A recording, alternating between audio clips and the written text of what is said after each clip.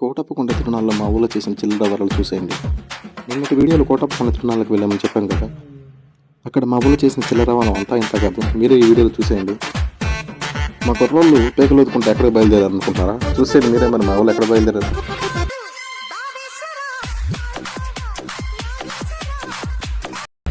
అలా పేకులు వదుకుంటూ బాపట్ల దిగ కోసం ప్రతి పేప తిరుగుతున్నారనమాట మా ఫ్రెండ్స్.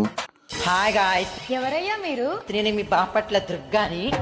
చందుగాడికి అయితే బాపట్ల దుర్గ పాపం కనిపించలేదు, తెగ ఫీల్ అయిపోయాడు.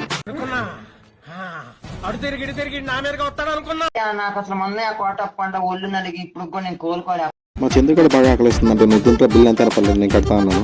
అది చూడండి ఎలా తినేస్తున్నాడు. ఇక ఇంటికి బయలుదేరిపోయే ముందు కాసేపు అలా డాన్సులు చూసేసి కాసేపు ఆ లొకేషన్లను చూసేసి చిన్నగా ఇంటికి బయలుదేరి వెళ్ళిపోయాం అన్నమాట.